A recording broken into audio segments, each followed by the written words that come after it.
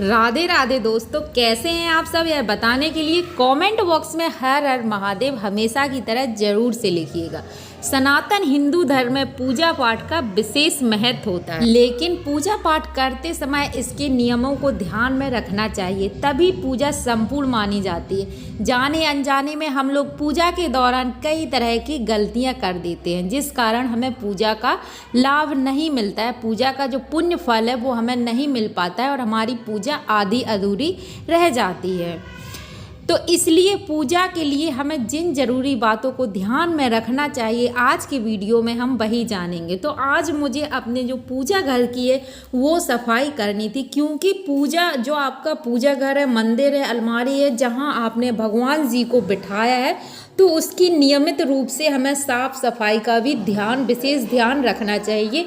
हमारे जहाँ भगवान बैठे हैं तो वहाँ पे धूल मिट्टी इत्यादि जमा नहीं होनी चाहिए। इस बात का आप विशेष ध्यान एक दिन निश्चित कर लें, जैसे कि शुक्रवार का दिन सफाई के लिए बहुत उचित माना जाता है। तो एक दिन आप निश्चित कर लीजिए सप्ताह में, जिस दिन हमें अपनी पूजा घर की, मंदिर की अच्छे से डीप क्लीनिंग सफाई कर देनी चाहिए। पूजा में जो आप वस्त्र बिछाते हैं या कपड़ा बिछाते हैं या कोई पन्नी मैट वगैरह आपने बिछाई है, तो उसको अच्छे से साफ क्लीन करके ही हमें बिछाना चाहिए। तो इस तरह से आप एक दिन निश्चित कर लीजिए। यहाँ पे मैं भी शुक्रवार के शुक्रवार अपने जो भगवान की अलमारी है उसकी अच्छे से थोड़ी बहुत सफाई कर देती हूँ, ताकि धूल वगैरह ना जमे। कितनी भी आप सफाई डेली थोड़ी बहुत करते हैं, लेकिन फिर भी धूल जमा हो जाती है। तो हफ्ते में एक बार हमें इस तरह से अपने मंदिर की क्लीनिंग कर देनी चाहिए। पौराणिक शास्त्रों के अनुसार खड़े होकर हमें पूजा नहीं करनी चाहिए।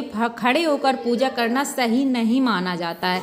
इस तरह से पूजा करने पर आपको कोई भी फल नहीं मिलता है। बहुत से घरों में आजकल इस तरह से मंदिर आने लगे हैं जहां खड़े होकर ही लोग पूजा करते हैं। तो आप मंदिर जहां बनाते हैं इस ऊंचाई से बनाइए। इस बात का ध्यान रखिए कि आप बैठकर वहां पे पूजा कर सकें। खड़े होकर जो हम पूजा करते हैं तो वो पूजा हमारी सही नहीं मानी जाती है। आजकल के मंदिर है वो इसी तरह से आते हैं कि अलमारी ऊपर की ओर बनी होती है और खड़े खड़े ही लोग पूजा करते हैं। तो ये शास्त्र विधि अनुसार उचित नहीं है। हमें खड़े होकर पूजा जो हम करते हैं तो उसका हमें लाभ नहीं मिलता है। घर पर पूजा करते समय खड़े होकर बिल्कुल पूजा ना करें, ना ही सीधे हमें जमीन पर बैठकर पूजा करनी चाहिए। पूजा करने से पहले हमेशा आप आसन बिछाएं, आसन पर बैठकर ही पूजा करें।